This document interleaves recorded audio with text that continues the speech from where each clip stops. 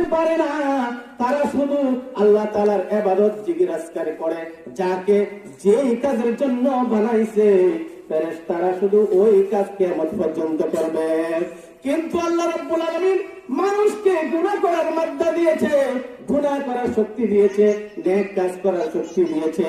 মানুষ যখন গুনার কাজ বাদ দিয়ে যখন নেক কাজ করে, তখন ওই মানুষটা ফেরেশতা থেকে উত্তম হয়ে যায়। সুবহানাল্লাহ। কেননা গুনাহ করার শক্তি থাকার পরেও সে গুনার কাজ বাদ দিয়া আল্লাহর ভয় আর তাকওয়া তার অন্তরে লালন করে গুনাহ কাজ বাদ দিয়া সে কি করে? নেক কাজ করে। সেজন্যই ফেরেশতাদের থেকে মানুষকে আল্লাহ তাআলা উত্তম বানাই দিলেন। সুবহানাল্লাহ। আমরা তো আজকে নিজেদের পরিচয় নিজেরা জানি না, জানতাম তাহলে আজকে আমাদের এই অবস্থা হইতো না। সম্মানিত উপস্থিতি, আমি আবারও বলবো, আমরা সকলেই যাতে আমরা চলে আসি, তাড়াতাড়ি চলে আসেন। সম্মানিত উপস্থিতি, আমি